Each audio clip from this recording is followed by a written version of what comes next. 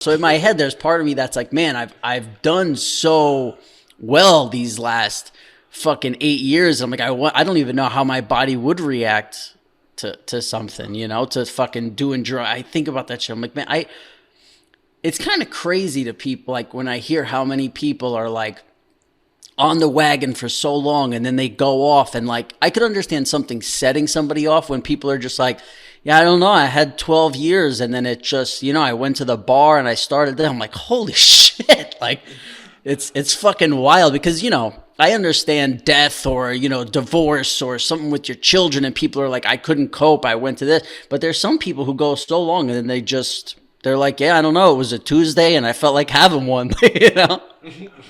So you've been sober for 8 years now. Yeah, so I stopped everything. I haven't done like hard drugs or drinking really in like 8 years, but the Xanax I had to go see. Like I couldn't quit Xanax on my own. Everything else I could quit on my own, but the Percocets took me a while. Like painkillers took me a while, but the Xanax I couldn't even do on my own.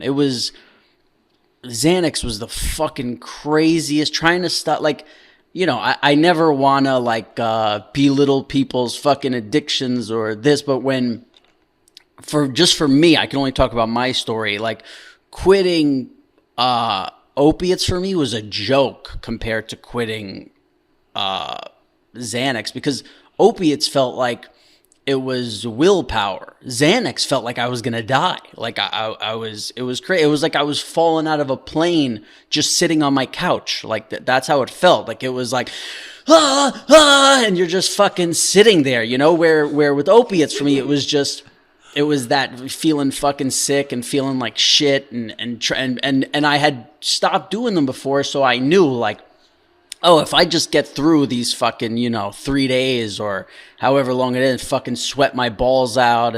But like, for me, opiates, the way it felt is like you would lay in bed and it would feel like your bed was covered in sand, or like just everything. Like you'd be like, oh, I'm standing up, I want to sit down. You'd sit down, you'd be like, I want to stand up. If you were thirsty and you're drinking something, but when you start drinking, you're like, I'm not thirsty. It was like the opposite, and it was annoying in this. But man, Xanax was, if I had to quit fucking Xanax again or be like tortured by the Taliban, like I think I'd like, I don't, again, I'm always worried about saying like, I don't want people who are like, my brother was fucking tortured by the Taliban, you piece of shit. Like, or what, like, that's not, you want your fucking eyelids cut off or whatever. But it's just, when I think of that fucking trying to stop Xanax because it almost like it had nothing to do with me. Like I had no control over what was going on. And I saw this specialist, and, it's crazy. It's crazy when you go to like therapists or specialists and you have these issues in your head that for years you're like, no one understands my fucking problem. These problems are such a big deal. And you tell this doctor, and he's heard it so many times, and he's just like, hey, here's what you got to do. Like, you do this, you do that. Like you'll be fine in 6 months or 3 months or 2 weeks, whatever your issue. And like just that alone is like, oh shit, like. A lot of other people have dealt with this before and they're okay. This guy seems to have the answer. And then, he just, some of the first shit he did was he's like, you can't take Xanax whenever you want. He's like, the first thing you got to do is you got to get on a fucking schedule. So he put me on a schedule. He's like, whatever you're taking now, the amount of milligrams a day, don't change it. He's like, just take that same amount, but you gotta be, hey, I take it every day at 11, 3, fucking 5, whenever, but it'll keep you on a fucking certain kind of level. Where now he's like, the way you take it now is you wait until you feel like you need it, so you're really low, and then as soon as you take it, you bounce back up to high, and then you're just counting down the hours again until you need it again, and you're bouncing back up. He's like, you gotta do, even if you don't feel like you need it, nothing, you're taking it, your body's getting used to it, and then I don't know. It took me a long fucking time. I'd be making it up if I said the number now, but a year and a half or whatever. But I just slowly went down from like, I was only taking 3 milligrams a day, but I had taken it every day for, I don't know, 7 years, 6 years or some shit. And as as like getting low wasn't so hard, but it was getting off. Like when it was like, all right, here's the fucking, you know what happened? I'm so like fucking stubborn and like Irish and an idiot that it was taking me forever to finally quit and like not take, I think I was taking like still half a milligram to go to bed or whatever. Cause I was like, I can't do it without this. I can't, whatever.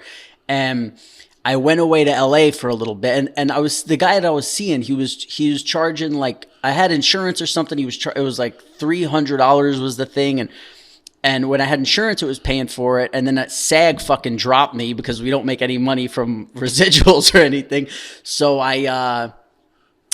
SAG drops me, and I go to the guy and I go, listen, I can't pay you $300 out of pocket. Like I'm not doing it, So either I stop seeing you or what? And he goes, well, we could do 150 a session. I go, all right, great, thank you. So I'm seeing him a couple times more. I go to LA for a little bit to work on this thing. I come back and I see him, and I leave the office, and I get a fucking bill for $300. And I hit him up. I go, hey, like, I guess, I don't know if you forget or whatever, but we were doing 150. And he was like, oh, no, you went away and came back. So now it's 300 again. And that was it. I was like, fuck this fucking piece of shit. I was like, I'm never taking a fucking Xanax ever again, just so I never have to fucking see this guy ever again.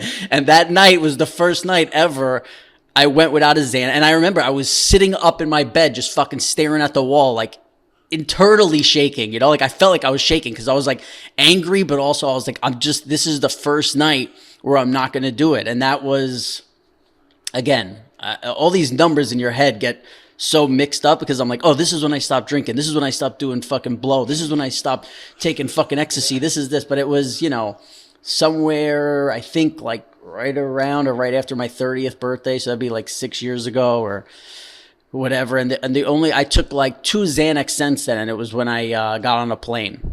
And besides that, I haven't fucking touched it. I don't want it because what I personally believe is eventually the Xanax becomes the thing that's giving you the anxiety.